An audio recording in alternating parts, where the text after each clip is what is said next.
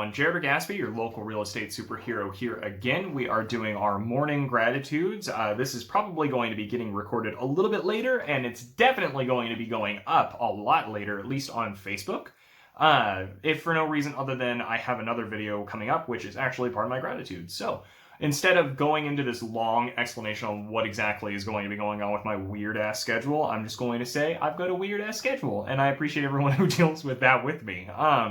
We are doing our morning gratitude. It's 5 things that we're grateful for as we start our day. I did write these down early in the morning, but I wanted to prioritize some other stuff before I recorded this video, and I needed to prioritize some other stuff before the video was uploaded. But 5 things we're grateful for. Starting number 1, I put Clubhouse 51 Games. It is a Switch game, a Nintendo Switch, that I ended up buying yesterday. It's called Clubhouse 51 Games. And it's basically like a bunch of old-time games, different kinds of puzzle games, different kinds of board games, things like that.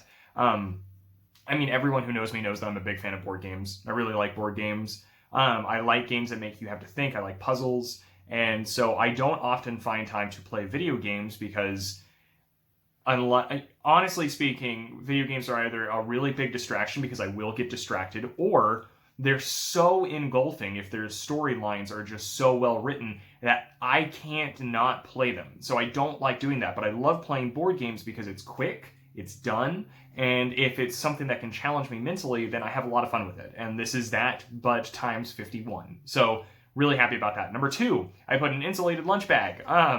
I have a really awesome title rep who helps me with transferring people's homes from one person's title to the other. Really cool guy. His name's Ray Patchett, and he was providing me with different kinds of amenities to help with homes now that we're going into these shutdowns. Things like some masks, booties, hand sanitizer, things like that. And he would drop them off in these really nice insulated bags. They're really big. They're not the best insulated, but they're got insulation on the inside. And I had a vacant home. So, it wasn't really necessary for me to leave the bag. And so we got like hand sanitizer and stuff set up, but I didn't need to leave the bag. And now I have a really awesome lunch bag. So it's going to go into one of my other gratitudes that I've got coming up, but I really like that bag and I'll tell you why coming up soon. But really quick, number 3, my interview for my Zoom interviews goes up today at noon. And I put goes up today. It's probably already been up by the time that this video goes online. I have it currently being downloaded into Facebook right now. So that way, once it hits noon, it's just submit and we're done. And I'm really excited for it. Tammy Perez is an awesome person who was thankful or was grateful enough to let me interview her on how she helps people. And so I won't go into a whole lot of detail. You got to watch the interview in order to get a little bit more of an insight, but she's amazing and I really appreciate that. And even if you can't watch the entire interview, the first 5 minutes is her introducing herself and telling her story. So listen to that at the very least. But that's number 3. Number 4, I put getting my office set up for food. That goes into the bag. I'm pointing at the bag that you can't see, but it's over there. I recently had a family member just say, hey, I don't need this microwave. So I said, I'll take the microwave. So I set up a microwave, set up a coffee pot, and I have my lunch in an insulated bag. So that way, other than going to the bathroom, I can just work nonstop with very little distractions or interruptions. And so I love that. The bag came in handy. My not brand new, but new to me microwave came in handy, and I have my coffee and everything set up. It's just, I'm happy about it. So, number 5, being valued by my colleagues. I'm not going to go into a whole lot of detail on exactly why this one is sparked for today, but I am valued by a lot of my colleagues in real estate, and that means a lot to me.